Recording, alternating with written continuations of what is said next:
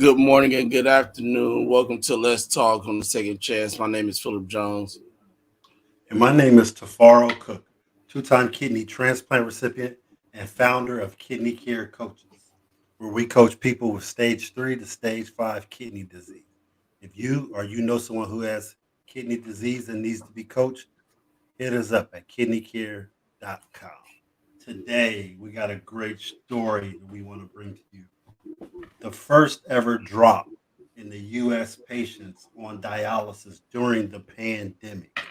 This is the first time this has happened in 50 years where we're seeing less patients going to dialysis. And that's monumental when you look at it. Let me read this. 2020 included in the 2021, oh, I'm sorry, data from the 2020 included in the 2021 annual report of the United States Renal Data System documented the first decline in the number of U.S. patients receiving dialysis treatment in the last 50 years. That's a decline in the last 50 years. That's big. It says that's hold on, Medicare programs that's designed to ensure access to this life-saving treatment. In 2020, the number of U.S. patients starting dialysis fell by more than 50, more than 5,000 to relative to 2019. The two organizations recommended that federal, state, and local governments take several immediate steps to mitigate the mushrooming crisis, including boosting access to critical supplies such as components of dialysis fluid and high quality face masks, suspending a federal regulation requiring use of purified saline syringes, and allowing licensed nurses to practice outside their states, even where this is not currently permitted by existing rules. What's your thoughts on this, Phil?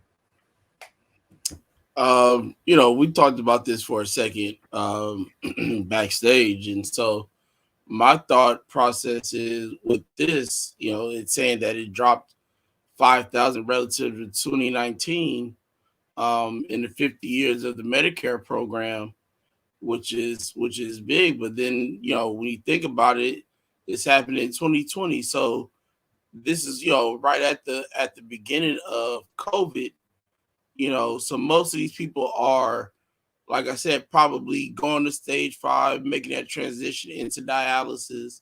They probably caught COVID and didn't make it. COVID's taken a lot of lives in the past 2 years that we've been dealing with this pandemic.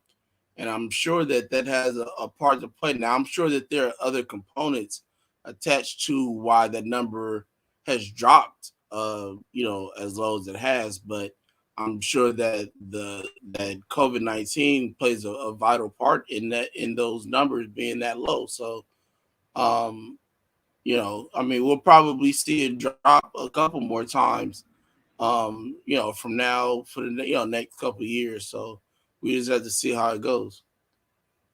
I agree with you totally, man. And if we think about this, when I first saw the article, my first thought was, okay, are we getting people healthier? Clearly not. We're not getting people healthier. We're getting people sicker.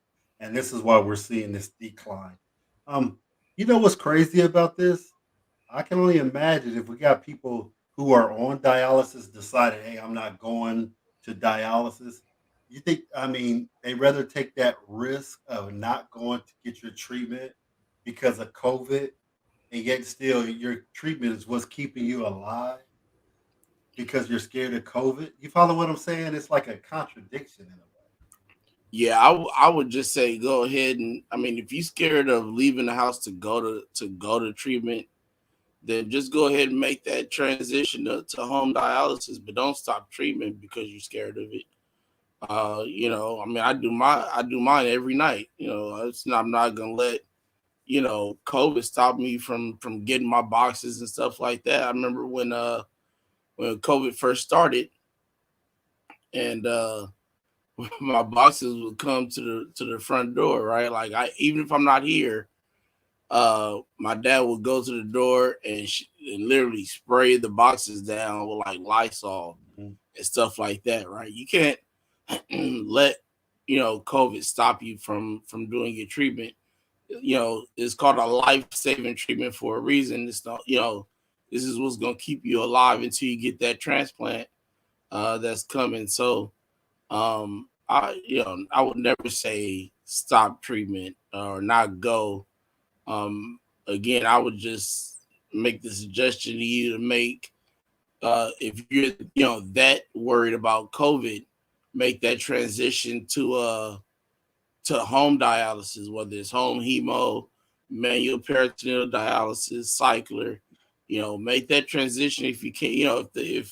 If the books there at your hospital allow you to. What I mean by the books is the schedule for you uh be put. To have that procedure, to have uh if you're already on home, if you're on hemo, then and you already have official, then you don't have to worry about it. You just make the transition. You already got it. You just, you know, that's a little easier transition to make. But if you're doing, transition to PD, then you gotta have the procedure, have it heal, go through training, all that stuff. So, again, my suggestion would just be change the type of dialysis that you do from in center to home.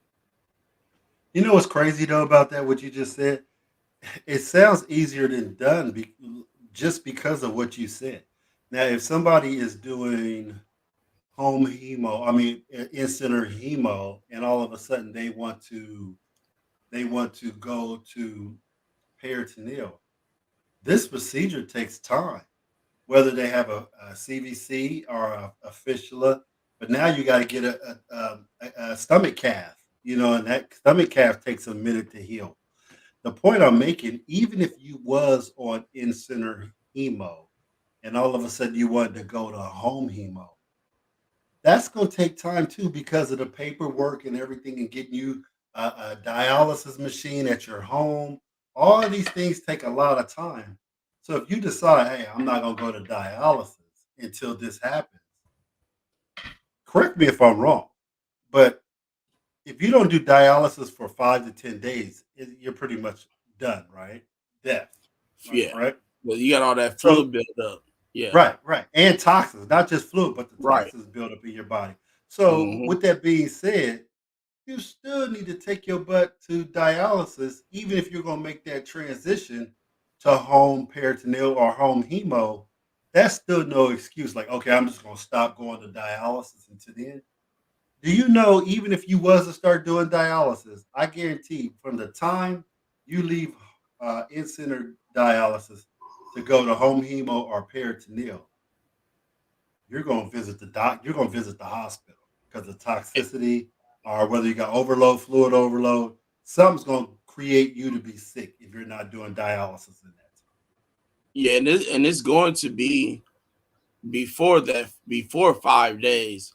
time. Yes. The only way 5 days is gonna happen for you is if you go 5 days without drinking fluids, which is not gonna No, happen.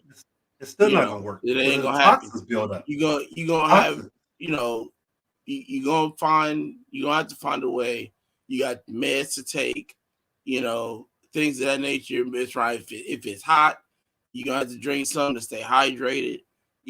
So within 2 days, maybe three, if you drink the least amount of water or fluid you could drink at that time, you going to the hospital.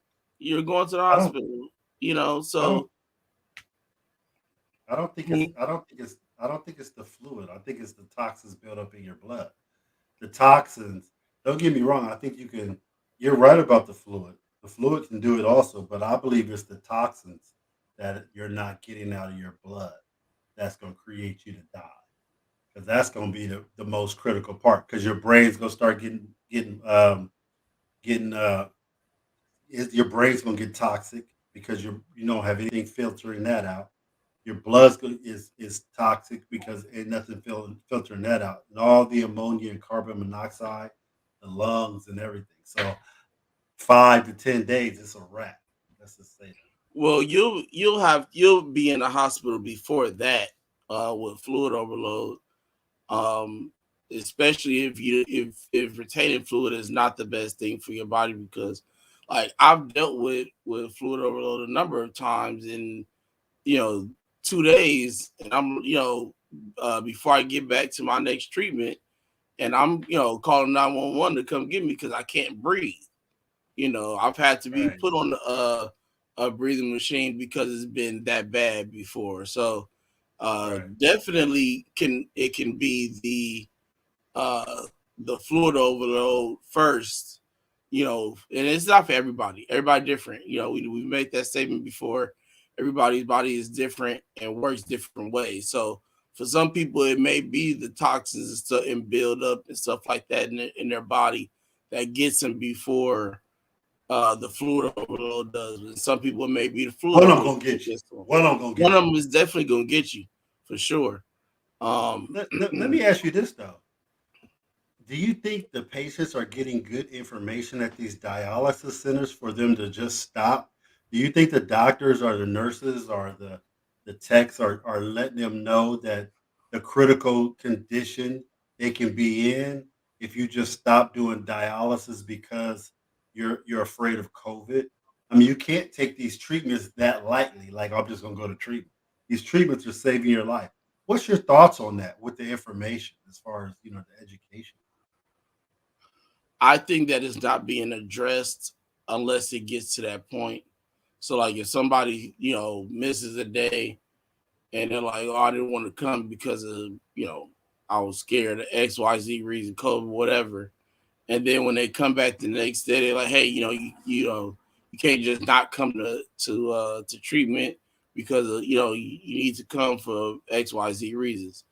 Instead of what they should have did was have that talk ahead of time, like, hey, I know COVID is happening, but you still need to come to treatment. We're doing, taking every precaution to make sure things are safe or whatever you got to say. But that talk should have happened early on in the process instead of waiting for somebody to miss or whatever the case may be. Because what you don't know is that if somebody misses, they might have just said, forget it. I'm done with treatment, right? But if you'd have had that talk, you could have saved them from coming to that decision, of missing treatment. You don't want to wait, and you can't have that conversation if they said, forget it, I'm just not going. Because if they're not going, then you can't talk to them. I mean, you can call them, but they're gonna have to not recognize your number for them to pick up the phone because they don't want to talk to you. It's the reason that's why they're not coming to that. They don't want to talk to you. So I would say that conversation needs to happen before it gets to the point of somebody saying, I don't want to. This information needs to get to them uh very, very early on in the game and not wait until later. Right. Hope with Jonathan, he says that break in between and then the next treatment is really hard on the body. Usually results in cramping or blood pressure drops. He's exactly right. I've seen people, man. When I was on home, I mean, in center dialysis, I seen people miss, and when they come back, man, they look like the Walking Dead. You feel me? Because of that situation. So I totally agree with Jonathan on that. But you would think that everybody who's in dialysis understands the consequences of missing dialysis, and we still have people missing. So I'm agreeing with you on that, Phil, where they should have the conversation earlier. I'm just hoping that somebody's getting across through everybody who is doing any type of dialysis that the consequences are detrimental to the point of you die. That if you don't do your treatment, you're gone. So I would risk the chance of getting COVID opposed to not doing my treatment. I mean, Right. I rather them work with trying to you know help me stop, help me get rid of COVID opposed to not doing my treatment. That's all. That's what.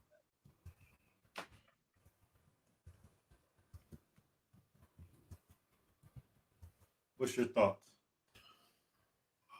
Um, let me just say, I'm trying to get myself back together again.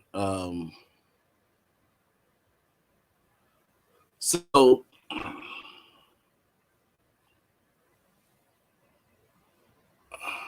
I want to touch on something real quick, if you don't mind. Um, Mhm. so what people need to understand about this, about what we're talking about, right? Being the drop in numbers of people that's in the 50 years that Medicare has been here, with the lowest number of dialysis, right? And we just went into people who said I don't want to go to treatment no more. Um, this also falls on family as well, right? The people who take care of them, Caregivers, right? right? The caregivers. You, as a caregiver, your objective is to make sure that you do everything in your power to make sure that they do what they need to do to still be here, right? And the phrase that you bring up a lot is live a good quality of life, right? As best as they can in the position that they're in. So you need to be that one that works as a team with those dialysis centers, to where like we were just talking about, having that conversation with them, like, hey, if you don't go to treatment, you die basically, right? Or put yourself in that position to have You ain't got to worry about to do a COVID. lot of fighting to get out of it.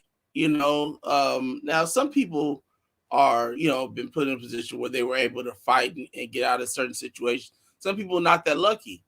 um you Why know risk that one? but That's a what hell of a exactly, fight. why Ooh, exactly, that's the question, why risk it, right? um, so if you're a caregiver, have that conversation with your loved one. If it's not a loved one, that you work in the medical field, and you do maybe 24-hour care or a certain amount of care for somebody who needs that care. Have that conversation with them. Hey, I need you to keep going to dialysis. Because if you don't, you're not going to be here much longer. You know, yeah, um, treatment is what's keeping you here. Is what's going to that's get it. you to that transplant. So it's important, and it's a reason why caretakers build rapport with the people that they're taking care of. Is so when you get in those situations, they listen to you, Right. right? When you don't have the Um, rapport, go ahead. I was just going to repeat. You go ahead. I was just going to say, uh, uh, like Jonathan said, he said his center said if you miss two treatments, they're kicking you out. I like that. I like that rule. The center I was at, they clearly wasn't that hardcore on you like that.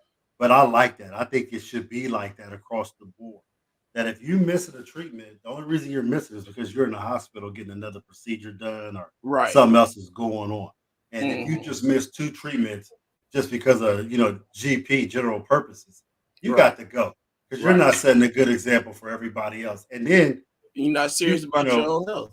you're not serious about your health. So I agree with Jonathan, and I wish my center was like that. So and then Alexandra Rosa, RN, she said risk of catching COVID versus skipping dialysis. I say don't skip dialysis. I have to agree with her on that one. That is 100% right because look, if you if you skip treatments, you ain't got to worry about COVID.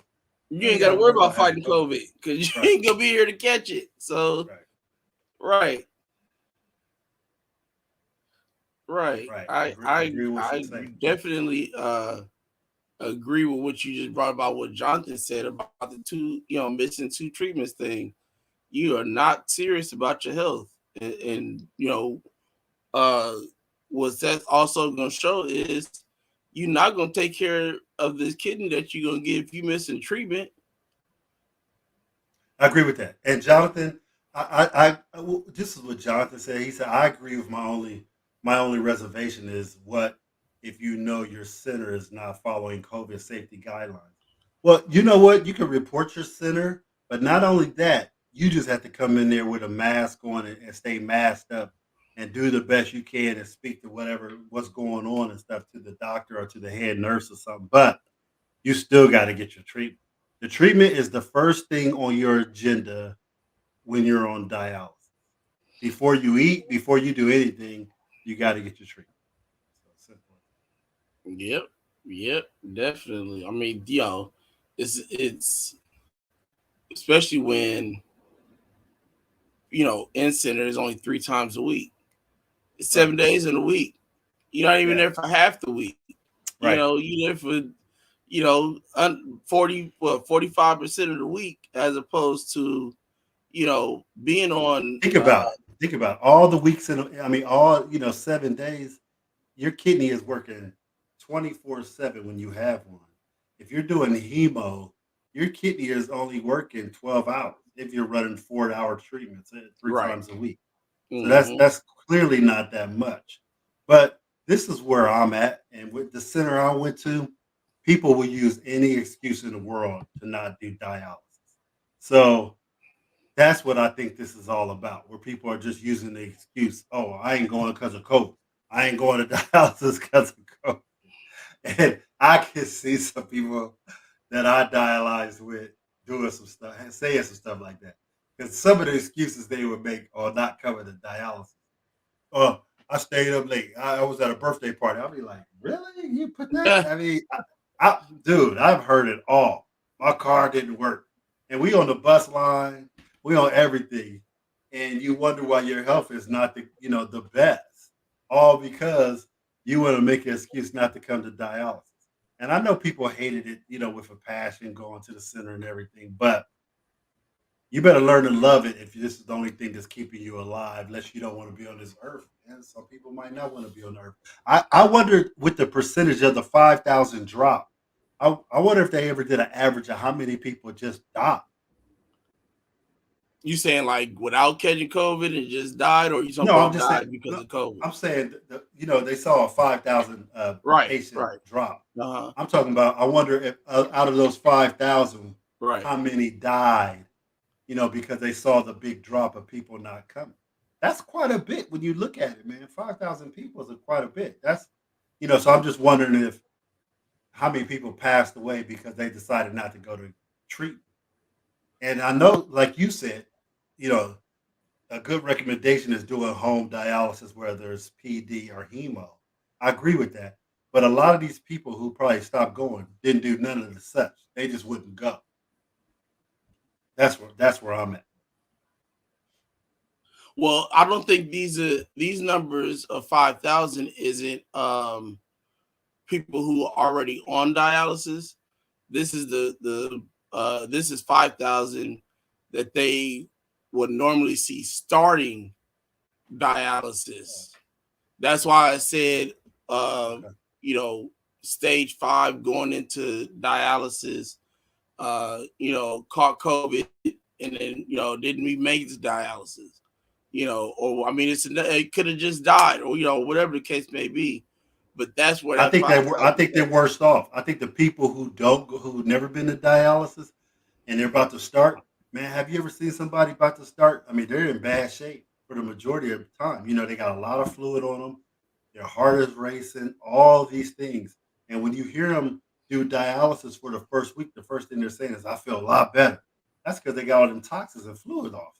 right, So, right. so the people who decided not to go, like I ain't even gonna go. I wonder how many of them just decided. I mean, I still wonder what's the percentage of them people just passing away. Yeah, it's a shame that people think that way, but you know, I guess it is what it is. Yeah, you're Uh, right. but again, it part of that kind of falls on us as patient advocates, some as caregivers, to have these conversations that we're having today to make sure, people know, hey, keep going to treatment, don't stop. I know we in a time that's confusing, scary, whatever you want to call it, because of COVID, but you can't let that stop you from going to treatment because that's not only going to just put you in a bad position which your health is going to put you in a bad position with you trying to get the, get that transplant. Because the first thing they're going to say is, oh, you wouldn't even take care of yourself on dialysis. Man, they're not even looking You at you can't giving even, you a kidney after that. You're yeah, they're right. not looking at You're giving you no kidney after that. right. Or Right. either that or it's going to take you, 5, 10 years of consistent work of Ooh. showing, hey, no, I'm serious about this, going to treatment, keeping my numbers where they need to be, going to these regular doctor's appointments and stuff like that. Like it's going, and it's not even a guarantee at that point. They might just write you off and say, no, we're good, Right. and, Right. and go to the next person. So try your best to take care of yourself. If you're a caregiver or you're advocate or whatever, help that person that you advocating for. If you got, or that you taking care of, because that, like we talked about before, that talk is important. Have that conversation with them. Hey, go to treatment. Don't miss treatment. If you're dialysis unit, that rule that Jonathan said his center had. You missed two just on GP, and you gone. You got to I find think you that's and I another think that's treatment. legit because, like I said, the center I went to,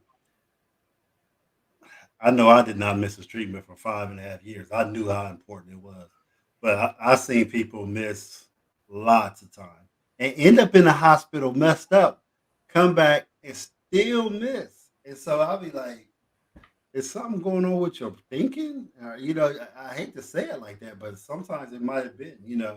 Right. If I miss treatment, it's only because I'm in a hospital for something. I Right. ain't never just gonna be like, yeah, I don't feel like going to treatment today. I'm gonna sit back and watch TV, or Saturday morning. I'm gonna sit here and wait for game day to start so I can get ready for these games on Saturdays. And like, nah, man, I'm going to treatment. Like, what's the point? I can still watch it at the center. They ain't ESPN. I can go, I can go into treatment and watch game day if I want to. I don't need to stay home for that. Like, nah, As man, far as it's TV not is concerned, the centers are definitely accommodating. You can watch whatever you want to watch. They got pretty much. everybody. They pretty much eh, got it just about Yeah, whatever type of TV you like to watch. yeah, exactly. So do yourself a favor, go to treatment, take care of yourself, Yeah, and put I yourself have in the nothing else best to say. position for that transplant. So Yep, I have nothing else to say. Yeah, I'm I'm done. done, brother. Man, I'm great. Definitely great article to talk about. Yeah, Be able to touch on that. If you take anything away from this, is not you can watch game day at dialysis on Saturday. Is go to treatment. Get up, go to treatment. I know some of y'all hate getting up 4:30, 5 o'clock in the morning, but you got to do it. You got to do it. right, right. What's it say? It She, was mostly. Go ahead, read it. it was Alexander Rosa said it was mostly 50-50 of what we would get in the ICU. Either way, missed your GP reason for reasons are brand new. Right. I get that, Alexandra. She's right because people make excuses.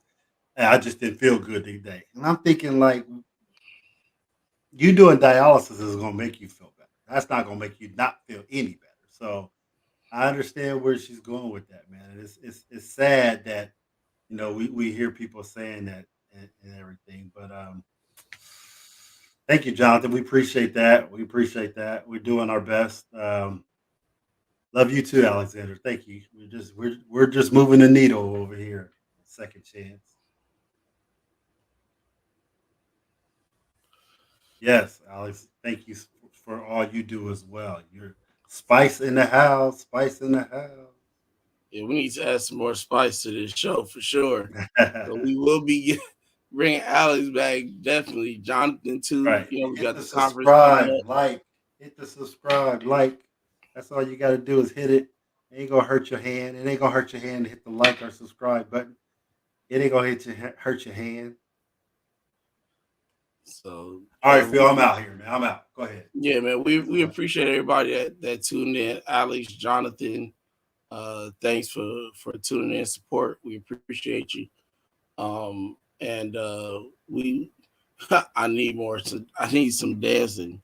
Yeah, I think we all do at this point in life, but So we'll be back tomorrow morning, approximately 10 o'clock um, Pacific time, 1 o'clock Eastern time, and we'll be back on here for some more. Let's talk about things going on in the transplant world, and we will see you guys The tomorrow. dialysis, kidney dialysis, organ transplant, all those things world.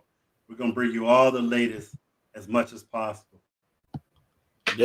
Definitely. We appreciate you and your love and your support, and we'll see you in the morning. Hey.